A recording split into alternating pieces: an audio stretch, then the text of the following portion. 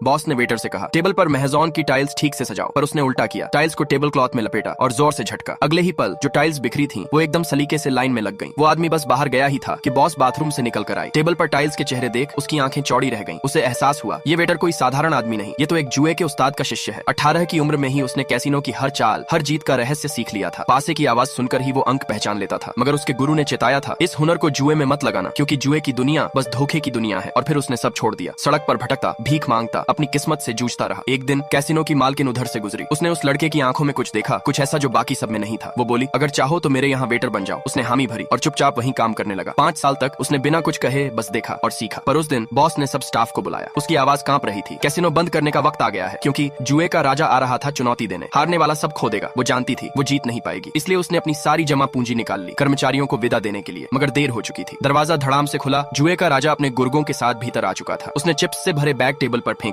चलो खेल शुरू करें। बॉस ने मजबूर होकर अपने 2 सबसे माहिर खिलाड़ियों को आगे किया। पहला राउंड शुरू हुआ। राजा ने चाल चली। उसने कार्ड छिपाकर धोखा दिया। आम आदमी तो समझ ही नहीं पाता, मगर वो वेटर सब देख चुका था। फिर भी उसने चुप्पी साध ली। अगले राउंड में राजा ने सारे चिप्स दांव पर लगा दिए। महफिल में सन्नाटा छा गया। दोनों खिलाड़ी दबाव में टूट गए। फोल्ड किया और हार मान ली। अब बारी थी उस वेटर की। राजा हंसा। अब क्या वेटर से खेलवाओगे? वो कुछ न बोला, बस कार्ड उठाए और ऐसी गड़बड़ शफल की कि सब हैरान रह गए। लोग फुसफुसाने लगे, ये तो उनके खिलाफ वाला जासूस है। राजा ने हंसते हुए अपने कार्ड दिखाए। हर एक कार्ड एक जैसा। 10 ऑफ डायमंड्स। कमरा सन्न रह गया। पर कोई नहीं जानता था वो वेटर, जिसके कार्ड अभी तक पलटे नहीं गए थे, उन्हीं में छिपा था खेल पलटने का असली रहस्य। सब्सक्राइब कर लो, अगला पार्ट जल्द ही आएगा।